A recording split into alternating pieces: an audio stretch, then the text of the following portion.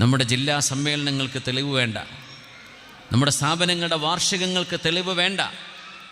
പോട്ടെ, റമദാനിൽ ബദർ യുദ്ധത്തിനെ സംബന്ധിച്ചുള്ള ചരിത്രം പറയാൻ തെളിവ് വേണ്ട, തങ്ങളുടെ കാലത്ത് ചെയ്തിരുന്നോ ചോദ്യമില്ല. ലൈലത്തുൽ ഖദറിനെ സംബന്ധിച്ച് പറയുമ്പോൾ ചോദ്യമില്ല, വേണ്ട, പ്രശ്നമില്ല. വിശുദ്ധ റബീഉൽ അവ്വലിൽ ഹബീബിനെ കുറിച്ച് പറയുമ്പോഴേക്കും പിന്നെ പ്രശ്നമായി. ആലോചിച്ച് നോക്കണേ, ഇന്ന് നമ്മൾ തർക്കിക്കേണ്ട വിഷയമാണോ ഇത്? This is A necessity of time.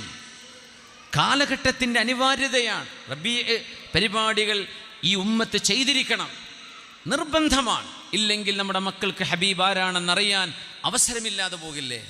അത് സൃഷ്ടിക്കേണ്ട നമ്മുടെ ബാധ്യതയല്ലേ? ഇന്നത്തെ കാലത്തിൻ്റെ അനിവാര്യതയല്ലേ അത്? അവർക്ക് ലോകത്തെ മറ്റെല്ലാ കാര്യങ്ങളും അറിയാൻ അവസരമുണ്ട്. ഈ റബീഉൽ അവ്വൽ പോലും ഇല്ലെങ്കിൽ, നമ്മൾ ഇങ്ങനെ ഒരു ഹബീബിന് വേണ്ടി ഒരു ഒത്തുകൂടൽ ചെയ്തില്ലായിരുന്നുവെങ്കിൽ ഇത് ഹബീബിന് ഇഷ്ടമുണ്ടാവില്ല എന്ന്